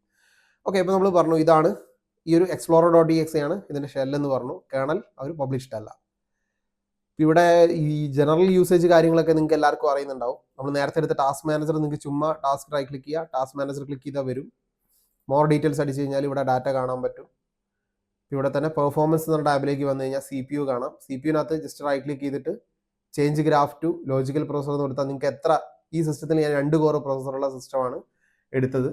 അപ്പോൾ അതിൽ 2 കോർ നിങ്ങൾക്ക് സ്പ്ലിറ്റ് ചെയ്ത് കാണാം. 6-7 കോർ ഉള്ളതാണെങ്കിൽ നിങ്ങൾക്ക് അതുപോലെ സ്പ്ലിറ്റ് ചെയ്ത് കാണാൻ പറ്റും. മെമ്മറി, ഡിസ്ക്, അതുപോലെ തന്നെ ഇഥർനെറ്റിൻ്റെ ഓപ്ഷൻസ്. ഇത് എല്ലാവർക്കും ആക്സസിബിൾ ആയിട്ടുള്ള കാര്യമാണ്. ഇതിൽ കൂടുതൽ ഡാറ്റാസ് അറിയണമെങ്കിൽ നിങ്ങൾക്ക് ഓപ്പൺ റിസോഴ്സ് മോണിറ്റർ എന്ന് പറഞ്ഞൊരു ഓപ്ഷൻ എടുത്താൽ മതി. അപ്പോൾ അവിടെ നിങ്ങൾക്ക് ഇതിനെപ്പറ്റി കൂടുതലായിട്ട് കാണാൻ പറ്റും. നമ്മൾ ഓരോ സർവീസും ഇതിൽ എന്തൊക്കെ റൺ ചെയ്യുന്നുണ്ട്, ഏതൊക്കെ കൂടുതൽ CPU എടുക്കുന്നു, അങ്ങനത്തെ ഇപ്പം ആ സർവീസിൻ്റെ ഏത് എക്സിക്യൂട്ടബിൾ ഫയലാണ്. ഇപ്പോൾ മൈക്രോസോഫ്റ്റ് ഫോട്ടോസ് എന്ന് പറയുന്ന ഫയൽ, ഇവിടെ കൂടുതലായിട്ട് CPU വരുന്നുണ്ട്. സസ്പെൻഡഡ് സ്റ്റേറ്റിൽ പോയി നമുക്ക് CPUവിൻ്റെ ഇതിൽ സോർട്ട് ചെയ്ത് കഴിഞ്ഞാൽ കൂടുതൽ ആരാണ് യൂസ് ചെയ്യുന്നതൊക്കെ നമുക്ക് കാണാൻ പറ്റും. കൂടുതലായിട്ട് അതിൻ്റെ ഡീറ്റെയിൽസ് നിങ്ങൾക്ക് അറിയാൻ പറ്റും ഓരോ സമയത്ത്. ഇപ്പം ഡിസ്ക് ഒക്കെ ഫുൾ അടിച്ച് കിടക്കുന്നുണ്ടെങ്കിൽ നിങ്ങൾക്ക് ഇവിടെ വന്നു കഴിഞ്ഞാൽ ആ ഏത് സർവീസാണ് അത്രയും റീഡ് റൈറ്റ് ഈ ടോട്ടൽ എടുത്തു കഴിഞ്ഞാൽ ഇപ്പോൾ ഇത് ടോട്ടൽ ഏറ്റവും കൂടുതൽ വരുന്നത് ഈ ഒരു സർവീസാണ്. മാറി സിസ്റ്റം പേജ് ഫയലായി. അപ്പം അങ്ങനെ ഏത് സർവീസാണ് നിങ്ങൾക്ക് കൂടുതൽ അറിയണമെന്നുണ്ടെങ്കിൽ ഈ ഒരു ഓപ്ഷൻ നിങ്ങൾക്ക് ഹെൽപ്ഫുൾ ആയിരിക്കും. പിന്നെ നമ്മൾ യൂഷ്വലി ഗ്രാഫിക്കലി തപ്പിത്തിരഞ്ഞ് പോകാറാണ് പതിവ്. അതിന് നമുക്ക് ഈസി ആയിട്ട് പല കാര്യങ്ങളും വിൻഡോസിനകത്ത് എടുക്കാൻ നമുക്ക് വിൻഡോ കീ പ്ലസ് R അടിച്ചാൽ മതി. വിൻഡോ കീ പ്ലസ് R അടിച്ചു കഴിഞ്ഞാൽ റൺ എന്ന് പറയുന്നൊരു ഓപ്ഷൻ വരും. ഇതിനകത്ത് നമുക്ക് കമാൻഡ് എക്സിക്യൂട്ട് ചെയ്തിട്ട് പല കാര്യങ്ങളും ഓപ്പൺ ചെയ്യാൻ പറ്റും. കൺട്രോൾ പാനൽ നമ്മൾ യൂഷ്വലി എടുക്കാറുണ്ട്. അത് ചുമ്മാ കൺട്രോൾ എന്ന് കൊടുത്താൽ മതി, കൺട്രോൾ പാനൽ ഓപ്പൺ ആവും. ഇവിടെ തന്നെ നിങ്ങൾക്ക് ഈ ഒരു കാറ്റഗറി ബേസ്ഡ് ബ്രൗസ് ചെയ്യാൻ ബുദ്ധിമുട്ടാണെങ്കിൽ ലാർജ് ഐക്കൺ കൊടുത്തു കഴിഞ്ഞാൽ വലിയ സൈസിൽ കാണാം. സ്മോൾ ഐക്കൺ കൊടുത്ത് അതിലുള്ള ഓപ്ഷൻസ് ഒക്കെ സ്മോൾ ഐക്കൺ ഓപ്ഷൻ ആയിട്ട് കാണാൻ പറ്റും. അപ്പം അതുപോലെ തന്നെ വിൻഡോസ് ഫയർവാൾ ആണ് കിട്ടണമെങ്കിൽ wf.msc എന്ന് കൊടുത്താൽ മതി. ഇതിൻ്റെയൊക്കെ ഒരു ഷോർട്ട് കട്ട് ഞാൻ നിങ്ങൾക്ക് ഷെയർ ചെയ്യാം. വിൻഡോസ് ഫയർവാൾ നിങ്ങൾക്ക് ഈസി ആയിട്ട് ഓപ്പൺ ചെയ്യാം. അതുപോലെ തന്നെ ഫയർവാളിൻ്റെ ഇതിൻ്റെ തൊട്ട് മുന്നുള്ള ഒരു പേജ് ഉണ്ട്, അത് കിട്ടണമെന്നുണ്ടെങ്കിൽ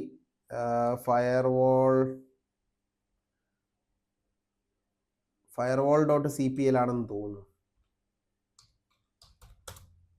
യെസ്, firewall.cpl. ഈ ഒരു പേജ് കിട്ടും. ഇത് ഇവിടുന്ന് നമ്മൾ അഡ്വാൻസ് സിസ്റ്റം കൊടുക്കുമ്പോഴാണ് നേരത്തെ തുറന്ന വിൻഡോ കാണുക. പിന്നെ അതുപോലെ തന്നെ നിങ്ങൾക്ക് ഇപ്പം നിങ്ങളെ കമ്പ്യൂട്ടറിനകത്ത് ഏതൊക്കെ ഹാർഡ് ഡിസ്ക് കണക്ട് ചെയ്തിട്ടുണ്ട്, എന്തൊക്കെ ഡിവൈസസ് കണക്ട് ചെയ്തിട്ടുണ്ടെന്ന് ഒക്കെ ഡീറ്റെയിൽസ് അറിയാൻ വേണ്ടി നിങ്ങൾക്ക് വേണേൽ കമ്പ്യൂട്ടർ മാനേജ്മെന്റ് എന്ന ഓപ്ഷനകത്ത് പോയാൽ മതി. ഇപ്പോൾ ഡിവൈസ് മാനേജറിനകത്ത് നിങ്ങളെ സിസ്റ്റത്തിനകത്തുള്ള ഡിവൈസസ് ഫുള്ള് കാണാം. ഏതെങ്കിലും ഡിവൈസിൻ്റെ ഡ്രൈവർ ഇല്ലെങ്കിൽ ഇവിടെ കാണാം, നിങ്ങൾക്ക് അൺനോൺ ഡിവൈസ് തന്നെ കാണാം. അല്ലെങ്കിൽ ഇതുപോലെ ഒരു എക്സ്ക്ലമേഷൻ ഉണ്ടാവും. ഇപ്പോൾ മോണിറ്ററിൻ്റെ ഡ്രൈവർ പ്രോപ്പർ അല്ലെങ്കിൽ ഇവിടെ എക്സ്ക്ലമേഷൻ അടിച്ച് കിടക്കും. അപ്പോൾ നിങ്ങൾ എന്ത് ചെയ്യണം എന്ന് പറഞ്ഞാൽ വേഗം നിങ്ങളെ സിസ്റ്റം ഏത് കമ്പനിയുടെ ആണോ അതിൻ്റെ സൈറ്റിൽ കയറിയിട്ട് ഡ്രൈവർ ഡൗൺലോഡ് ചെയ്ത് ഇൻസ്റ്റാൾ ചെയ്ത് കൊടുക്കണം. പ്രോപ്പർ ഡ്രൈവർ ഇല്ലെങ്കിൽ അത് ക്ലിയർ ആയിട്ട് ഫങ്ഷൻ ചെയ്യില്ല. ഓക്കെ, അപ്പോൾ അതുപോലെ തന്നെ ഹാർഡ് ഡിസ്ക്, നിങ്ങളുടെ സിസ്റ്റത്തിലുള്ള ഹാർഡ് ഡിസ്കിൻ്റെ ഡീറ്റെയിൽസ് അറിയണമെങ്കിൽ ഇവിടെ വന്ന് നോക്കിയാൽ മതി. ഇപ്പോൾ ഈ മെഷീനകത്ത് 128 GB ഹാർഡ് ഡിസ്ക് മാത്രമേ ഉള്ളൂ, ഒരു CD ഡ്രൈവ് ഇൻസ്റ്റാൾഡ് ആണ്. അപ്പോൾ അങ്ങനെയുള്ള ഇൻഫർമേഷൻസ് ഒക്കെ നിങ്ങൾക്ക് ഇവിടുന്ന് എടുക്കാൻ പറ്റും. പിന്നെ നിങ്ങളുടെ സിസ്റ്റത്തിനകത്തുള്ള യൂസേഴ്സിനെ കാണണമെന്നുണ്ടെങ്കിൽ ഇവിടെ ലോക്കൽ യൂസേഴ്സ് ആൻഡ് ഗ്രൂപ്പ്സിൽ വരിക. യൂസേഴ്സിൽ വന്നു കഴിഞ്ഞാൽ നിങ്ങൾക്ക് കാണാം. എൻ്റെ ഇപ്പോൾ FD അഡ്മിൻ എന്ന് പറയുന്ന ഒറ്റ യൂസർ മാത്രമേ ഉള്ളൂ. നിങ്ങൾക്ക് വേണമെങ്കിൽ ഇവിടെ ന്യൂ യൂസറിനെ ക്രിയേറ്റ് ചെയ്യാം. അതുപോലെ തന്നെ ഗ്രൂപ്പ്സിൽ വന്നു കഴിഞ്ഞാൽ അഡ്മിനിസ്ട്രേറ്റേഴ്സ്, ഇതാണ് ഈ സിസ്റ്റത്തിനകത്തുള്ള ഏറ്റവും പ്രിവിലേജ്ഡ് ഗ്രൂപ്പ്. ഈ ഗ്രൂപ്പിനകത്ത് ആഡ് ചെയ്ത് കഴിഞ്ഞാൽ നിങ്ങൾക്ക് ഈ സിസ്റ്റത്തിനകത്തുള്ള എല്ലാ കാര്യങ്ങളും എക്സിക്യൂട്ട് ചെയ്യാൻ നിങ്ങൾക്ക് പ്രിവിലേജ് ഉണ്ടാവും. ഒരു അഡ്മിനിസ്ട്രേറ്റർ അക്കൗണ്ടിന് മാത്രമേ മറ്റൊരു ഇതിൽ വേറൊരു യൂസറിനെ അഡ്മിൻ ആക്കാൻ പറ്റുള്ളൂ. അത് മാത്രമേ ഇതിലൊരു നമ്മൾ ശ്രദ്ധിക്കേണ്ട കാര്യമുള്ളൂ. പിന്നെ നമ്മൾ ഇൻസ്റ്റാൾ ചെയ്തിരിക്കുന്ന സോഫ്റ്റ്വെയർസ് ഒക്കെ അൺഇൻസ്റ്റാൾ ചെയ്യാൻ വേണ്ടി പോകുന്നൊരു സ്ഥലമുണ്ട്. അതിന് app.viz.cpl എന്ന് കൊടുത്താൽ മതി. നമുക്ക് പ്രോഗ്രാം അൺഇൻസ്റ്റാൾ ചെയ്യാനുള്ള സെക്ഷനിൽ പോവാം. ആവശ്യമില്ലാത്ത കാണുന്ന പ്രോഗ്രാംസ് ഒക്കെ നിങ്ങൾക്ക് വേണമെങ്കിൽ അൺഇൻസ്റ്റാൾ ചെയ്ത് കളയാം. ഇത് പ്രത്യേകിച്ച് ഞാൻ വേറെ ഒന്നും ചെയ്യാത്തതുകൊണ്ട് വേറെ ഡാറ്റയൊന്നുമില്ല. പിന്നെ വിൻഡോസ് ബേസ്ഡ് ആയിട്ടുള്ള കുറേ ഫീച്ചേഴ്സ് അവൈലബിൾ ആണ്. അപ്പോൾ അതിലൊക്കെ നിങ്ങൾക്ക് ഇവിടുന്ന് വിൻഡോസ് ഈ ഫീച്ചറിൻ്റെ option turn on Windows feature on or off ഇത് ചെയ്യാൻ പറ്റും. പിന്നെ പറ്റുമെങ്കിൽ നമുക്ക് ഈ .NET 3.5 എപ്പോഴും ഇൻസ്റ്റാൾ ചെയ്ത് വെക്കുക. പല ആപ്ലിക്കേഷനും അത് നിങ്ങൾക്ക് ക്രാഷ് ആവുന്ന പ്രശ്നങ്ങളൊക്കെ കുറേ ഒഴിവായി കിട്ടും ഇത് ഇൻസ്റ്റാൾഡ് ആണെങ്കിൽ. മോസ്റ്റ് ഓഫ് ദ ആപ്ലിക്കേഷൻസിന് ഇത് ആവശ്യമാണ്. .NET ഈ പഴയ വേർഷനാണത്. പലതിലും ഇപ്പോഴും അതിൻ്റെ മൊഡ്യൂൾസ് ഒക്കെ അവൈലബിൾ ആണ്. പല സോഫ്റ്റ്വെയറിനകത്ത് അത് ഉപയോഗിക്കുന്നുണ്ട്. അപ്പോൾ അത് ക്രാഷ് ആവുന്ന പ്രശ്നങ്ങളൊക്കെ കുറേ ഒഴിവായി കിട്ടും. പിന്നെ നമ്മൾ നെറ്റ്വർക്കിൻ്റെ ഒരു പേജ് നമ്മൾ യൂസ് ചെയ്യാറുണ്ട്. ncpa.cpl എന്ന് അടിച്ചിട്ട് കൊടുത്താൽ മതി. ncpa.cpl അടിച്ചാൽ നെറ്റ്വർക്കിൻ്റെ ഈ ഒരു പേജിനകത്തേക്ക് കയറാം. ഇതിൽ കൂടുതലല്ലാതെ ഈ വിൻഡോസിനെ പറ്റി കൂടുതൽ നിങ്ങളുടെ അടുത്ത് സംസാരിക്കേണ്ട ആവശ്യമുണ്ടെന്ന് എനിക്ക് തോന്നുന്നില്ല. കാരണം നമ്മൾ എല്ലാവരും ഉപയോഗിക്കുന്നത് ഞാൻ എന്താണ് മൈ കമ്പ്യൂട്ടർ, അതിനകത്തുള്ള ഹാർഡ് ഡിസ്കിന്റെ ഡ്രൈവ് ഏതൊക്കെയാണെന്നൊക്കെ പറയുന്നത് വളരെ ബോറായിരിക്കും. അതുകൊണ്ടാണ് കുറച്ചും കൂടെ ടെക്നിക്കൽ ടേംസ് പറഞ്ഞു എന്ന് മാത്രമേ ഉള്ളൂ.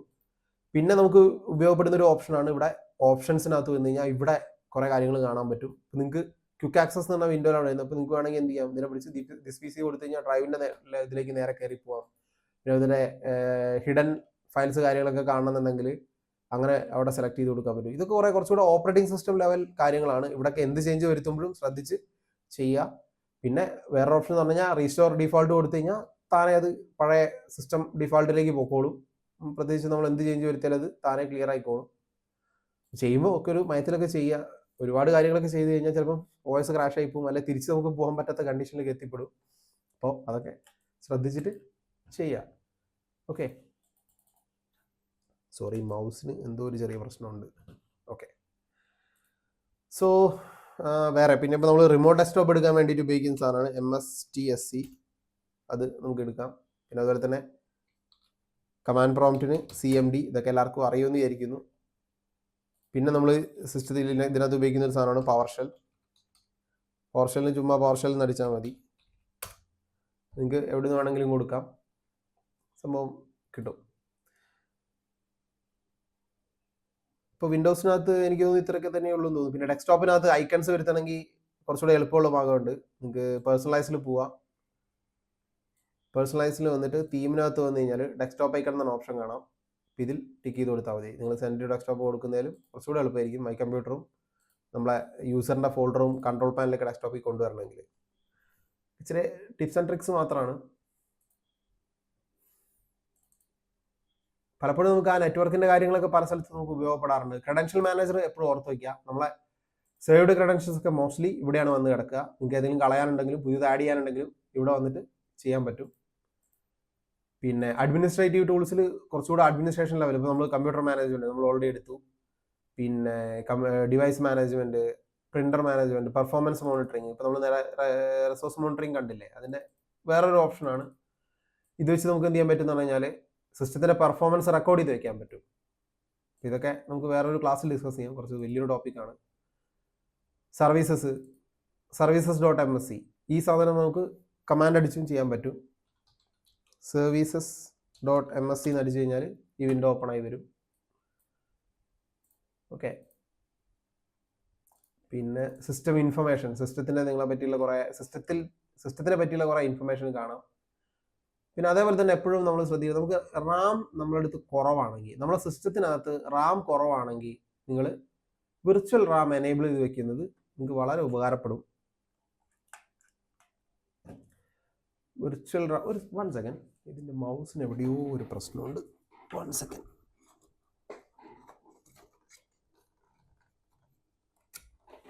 Let me change the mouse. ഒരു സെക്കൻഡ്.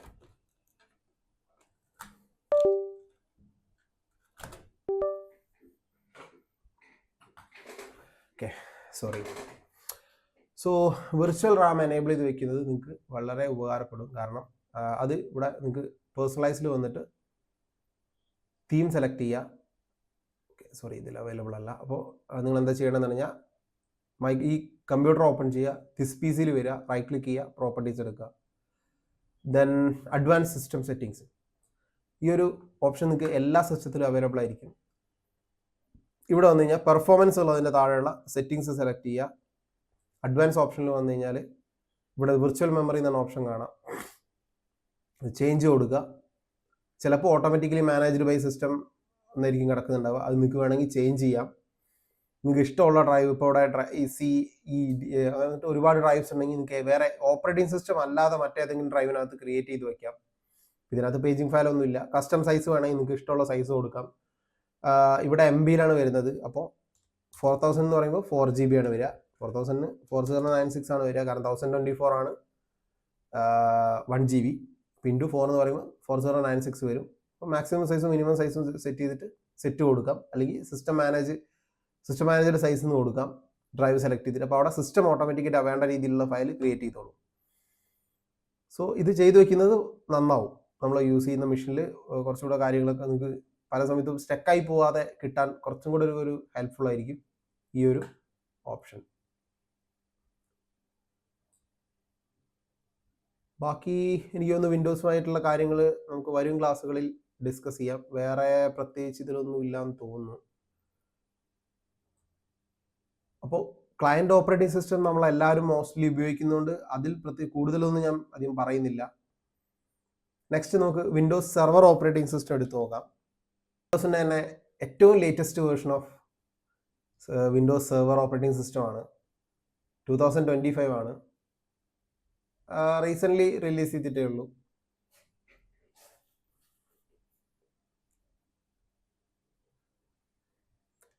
ഇവിടെ നമ്മൾ നോക്കുകയാണെങ്കിൽ ഇത് ഇപ്പോൾ പുതിയ വേർഷനൊക്കെ കുറച്ചുകൂടെ ഒരു ഗ്രാഫിക്സ് സെറ്റപ്പിലാണ് ചെയ്തിട്ടുള്ളത്. പണ്ട് നമുക്കൊക്കെ കണ്ടുകൊണ്ടിരുന്ന സിസ്റ്റംസ് ഒക്കെ തീരെ ഗ്രാഫിക്സ് ഒന്നും ഉണ്ടാവാറില്ലായിരുന്നു. ഇപ്പോൾ കുറച്ചുകൂടെ ഒക്കെ ഒരു ഗ്രാഫിക്സ് നമുക്ക് കാണാൻ പറ്റുന്നുണ്ട്. ഇത്ര പോലും ഗ്രാഫിക്സ് ഉണ്ടാവാറില്ല മുന്നേ ഉള്ള പല സെർവർ ഓപ്പറേറ്റിംഗ് സിസ്റ്റവും. ഇത് നിങ്ങൾക്ക് കാണുന്ന അത്ര ഫാൻസി സംഭവങ്ങളൊന്നും ഉണ്ടാവാറില്ല. ഈ കളറും കാര്യങ്ങളൊക്കെ ഇപ്പോൾ കൊണ്ടുവന്നതാണ് അവർ. ഇതിൽ പ്രത്യേകിച്ച് വലിയ ഗ്രാഫിക്സ് ഇൻറ്റൻസീവ് ആയിട്ടുള്ള കാര്യങ്ങളൊന്നും റൺ ചെയ്യില്ല. പിന്നെ വളരെ മിനിമൽ ആയിട്ടുള്ള ആപ്ലിക്കേഷൻസും സർവീസസും ഒക്കെ ഇതിനകത്ത് ബൈ ഡിഫോൾട്ടായിട്ട് കാണുള്ളൂ.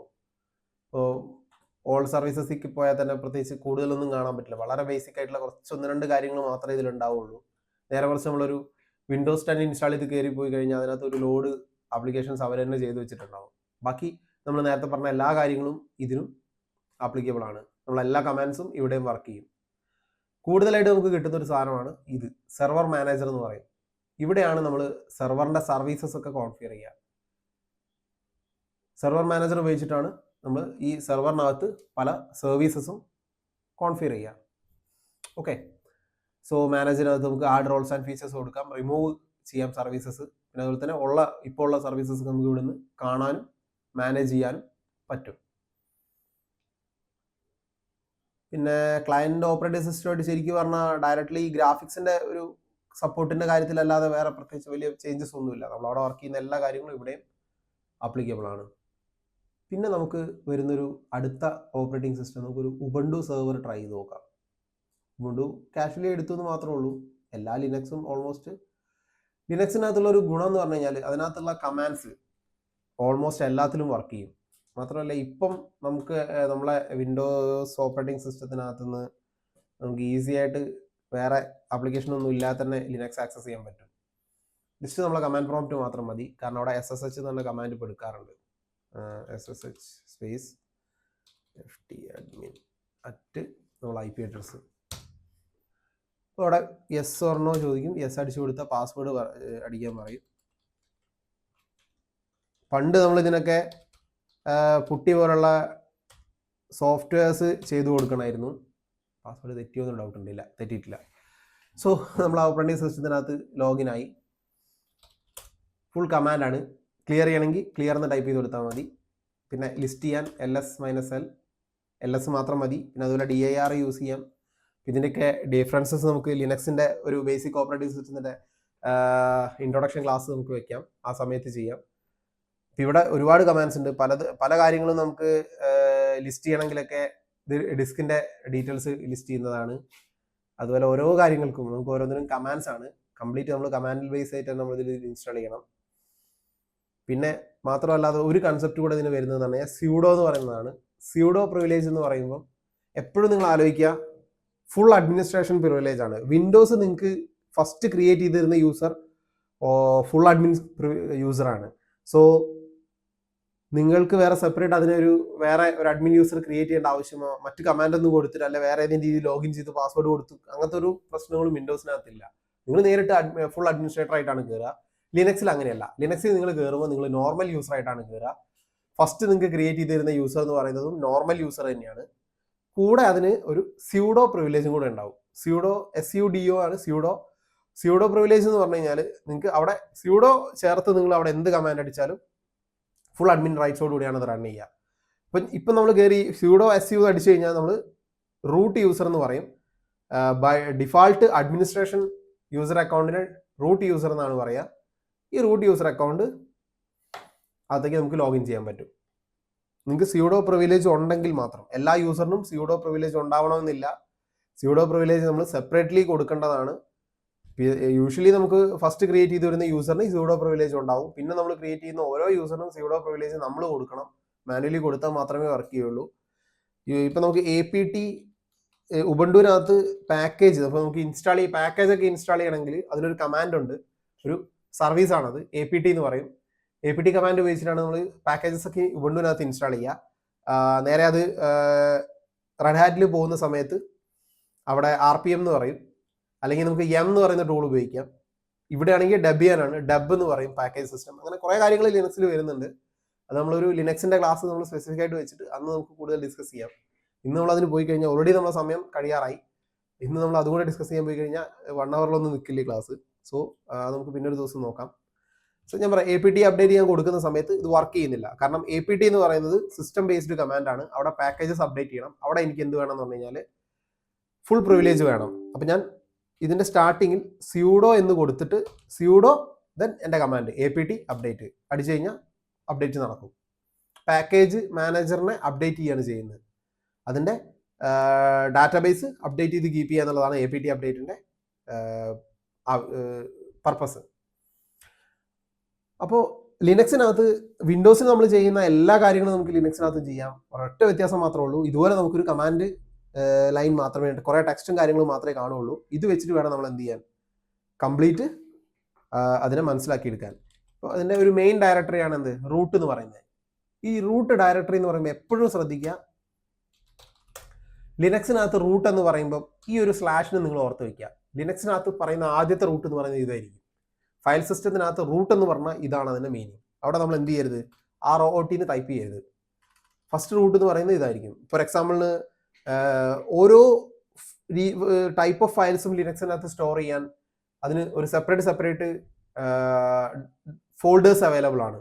അപ്പോൾ അങ്ങനെയുള്ള ഓരോ ഡയറക്ടറീസും ഇതിൽ റൂട്ടിനകത്തായിരിക്കും ലിസ്റ്റ് ചെയ്തിരിക്കുന്നത്. ഇപ്പോൾ ഇവിടെ ഞാൻ LS-L ലിസ്റ്റ് ചെയ്യാനുള്ള കമാൻഡാണ്. നമുക്ക് കാണാൻ വേറെ നമുക്ക് ഗ്രാഫിക്കലി കാണാൻ പറ്റില്ലല്ലോ. സോ ഇതൊക്കെ ലിനക്സിനകത്തുള്ള ഡയറക്ടറീസ് ആണ്. ഇതിനെപ്പറ്റിയൊക്കെ നമുക്ക് കൂടുതൽ വരും ക്ലാസ്സുകളിൽ നമുക്ക് ഡിസ്കസ് ചെയ്യാം. അപ്പം ഏകദേശം നിങ്ങൾക്കൊരു ഓപ്പറേറ്റിംഗ് സിസ്റ്റത്തിനെ പറ്റിയുള്ള ഒരു ഐഡിയ കിട്ടിയിട്ടുണ്ടാവും എന്ന് വിചാരിക്കുന്നു. അപ്പോൾ ഇനി നിങ്ങൾക്ക് എന്തെങ്കിലും സംശയം ഉണ്ടെങ്കിൽ ചോദിക്കാം. ഇല്ലെങ്കിൽ നമുക്ക് ഇന്നത്തെ ക്ലാസ് വൈൻഡപ്പ് ചെയ്യാം. നെക്സ്റ്റ് ക്ലാസ് നമുക്ക് എനിക്ക് തോന്നുന്നു കുറച്ചുകൂടെ ലിനക്സോ അല്ലെങ്കിൽ സെർവർ ബേസ്ഡ് സർവീസസോ അങ്ങനെ എന്തെങ്കിലും ഒന്ന് പ്ലാൻ ചെയ്യാം വ്യാഴാഴ്ചത്തേക്ക്. സോ എന്തെങ്കിലും സംശയം ഉണ്ടെങ്കിൽ ചോദിച്ചോളൂ.